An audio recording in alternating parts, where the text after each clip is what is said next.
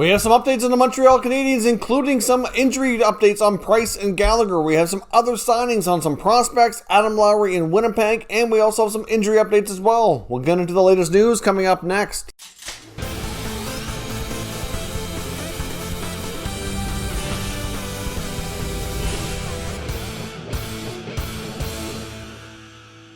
So welcome back to another video here at Top Shelf Hockey. Now, as I mentioned today, we have a variety of updates that start with the Montreal Canadiens. Now, goaltender Carey Price will be making his return to the Habs lineup this afternoon. Game coming up here, an early start at 4 o'clock Eastern time against the Ottawa Senators. A little bit of an early matinee affair here. I know some people were hoping the game would get bumped to a later start time, given the fact that the Canucks and Leafs were supposed to be the main matchup on Hockey Night in Canada has been postponed due to Vancouver not returning here yet. But this game was actually supposed to be on TSN on the other network, so Sportsnet doesn't have the rights to do that. So ultimately, this game will be going on as planned. So Price makes his return for the Habs. We'll see how he does here after a bit of a layoff. We also learned that Brendan Gallagher will not be needing surgery for the repair here of his broken thumb. So I guess that's probably a good thing all in all. I'd be surprised if Gallagher doesn't make a playoff return. I guess we'll have to see for further updates here. I know they've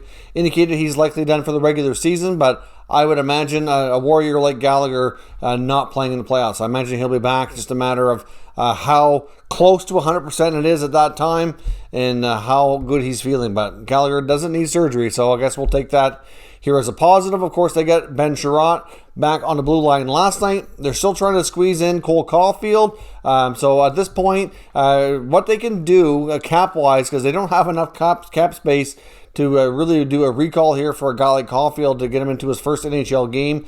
But if today goes well, and Carey Price and Jake Allen can be the goaltending tandem again, and they can send Caden Primo back to the taxi squad or to the minors, that would free up enough cap space that they could recall Caulfield as well as Jake Evans. They would have more options that way, but they have Primo recalled here on an emergency basis, which is taking up the remainder of the space. They did confirm that Caulfield will be going on the team on their road trip. I believe the next 4 or 5 games here on the road, and he will be traveling with them, so he likely will get his first start here sometime soon. I know for the Sens, Shane Pinto is making his NHL debut here this afternoon, and I was hoping to see Pinto versus Caulfield, where those two guys just went head-to-head in a battle for the Hobey Baker Trophy. It would have been a fun first NHL game for each of them, but unfortunately Caulfield's not getting into lineup today for the Habs as they still look to kind of work around their cap issues. Now, on to some other signings here today. We had Adam Lowry sign a pretty big extension with the Winnipeg Jets. It's a 5-year deal valued at $3.25 million per season. It's all straight salary. There's no bonuses. So this is a great contract, in my opinion, for Winnipeg. I think Lowry's very important to the Jets. When Adam Lowry is your number 3 center, that's huge. I mean, he's a huge guy, plays physical, he's very reliable, and he's a big part of that team. I have no issues here. I know personally there's some that were a little concerned over the term. You're not seeing a lot of longer term, 4, 5, 6, 7 year deals right now. But for them to commit to a guy like Lowry makes a ton of sense for that type of money, in my opinion. We know that Lowry's father recently took a job here with the Jets organization as well. So I was sure that he wanted to make it work and make it stay. And obviously that deal should be good here for both sides. So personally, I really like this contract for Adam Lowry and the Winnipeg Jets. He's an absolute beast, big part of their forward group. And it's nice to see him locked up to stay there for the long haul. Now on to some prospect signings. We had the Detroit Red Wings announced. They've signed their one of their top prospects. Arguably, they're probably their top prospect. Lucas Raymond, their top pick here from the 2020 NHL Draft out of Sweden. He has signed his entry-level contract. So obviously getting Lucas Raymond into the mix is huge. I mean, he's a really tenacious two-way winger. Should be a really big part of that team's future, especially after we saw them trade Anthony Mantha here at the deadline. It kind of creates a little bit more of a role. I know we'll see what Jacob Vrana can do with the Red Wings, but getting more opportunity for guys like Lucas Raymond, Moritz Seider, and some of their other guys like Velino and Jared McIsaac and some other prospects into that mix here into next year is going to be huge for the Red Wings. I mean, Lucas Raymond was a really highly touted pick, and Detroit was pretty lucky to get him. Although I'm sure the Red Wings would have rather been picking higher up on that list after going 4th overall here. And they dropped from 1 to 4 based on the draft lottery not going their way. So that's a story though for another day. But Lucas Raymond under contract for Detroit.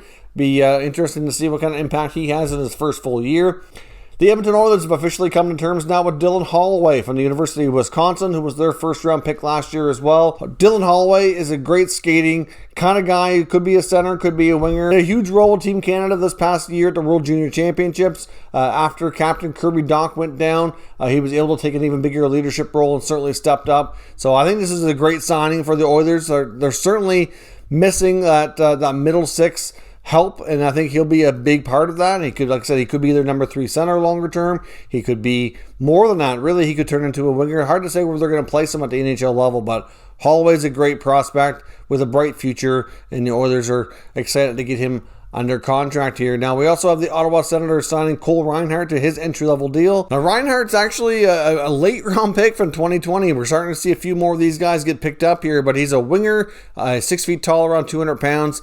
Obviously, the Senators are quite pleased with his development thus far, and he gets his ELC on the books here with the Ottawa Senators. Now, as I mentioned, we also have some injury updates besides Montreal Canadiens. We're going to look at Kyle Okposo with the Buffalo Sabres. Needed surgery to repair a cheekbone, and he will be done for the rest of the regular season. Of course, the Sabres, we know, are likely going to finish near the bottom of the standings here, but I must say, Don Granato's got things turned around. They've certainly been playing better as of late, and I think the offseason is going to be incredibly interesting. They're going to be one of the most interesting teams in the offseason to see how they proceed here. Will we see some significant trades? Will they tip into free agency? Like, what are they going to do? This team can only go anywhere but up, in my opinion, after a disastrous season. But at least they're starting to work towards the future here. And Granato's got some better things happening than we've seen earlier in the year. So let's hope they can keep that going. Now, we also saw the Avalanche be hit with some more positive tests, and unfortunately, they're going to be shut down here and had some games postponed. So hopefully, we can get through the rest of this regular season without too much more rescheduling. But I know after the Canucks had a couple more of their extra days off given and some more of their games postponed, that really had a major impact on the overall schedule. A lot of teams had to negotiate back and forth with the league on how their schedule is being adjusted here. It's going to be quite a packed schedule for the last few weeks of the year, getting a lot of games in, and I certainly hope that we don't see any more, serious situations with the exposure to NHL teams, because at this point, the league can't afford to reschedule too much more without canceling games completely. Like, I'll be surprised, to be honest, if they don't even consider maybe moving some of those games that are, at the end of the year, like the Canucks and the Flames, for example, are scheduled to play a bunch of games late in the year at the last week or so. And if those games aren't going to mean anything, and if those teams are not up to playing, then maybe we won't see them play. I don't know, but I know there's more than just the playoffs at stake. There's a draft lottery and the draft and all that stuff, and obviously, players can have an opportunity to earn different bonuses. Like, there's a lot of things at stake depending on all the different contracts and all the things there. So I understand why the league wants to push to get all the games played, and of course, as a fan, I want to see all the games played as well. I just want to see them all played safely and hope that they can get through this without seeing anything else really come up like we've seen recently happen in Vancouver and previously with the Sabres. So that is all your news for now. We'll likely be back later with another video, so stay tuned for that. Give me your thoughts on today's news down in the comments, and we'll discuss further. If you're new to the channel, make sure you subscribe and stick around. We'll keep you up to date with all the latest news from around the entire league. Thank you for watching, and I'll catch you next time.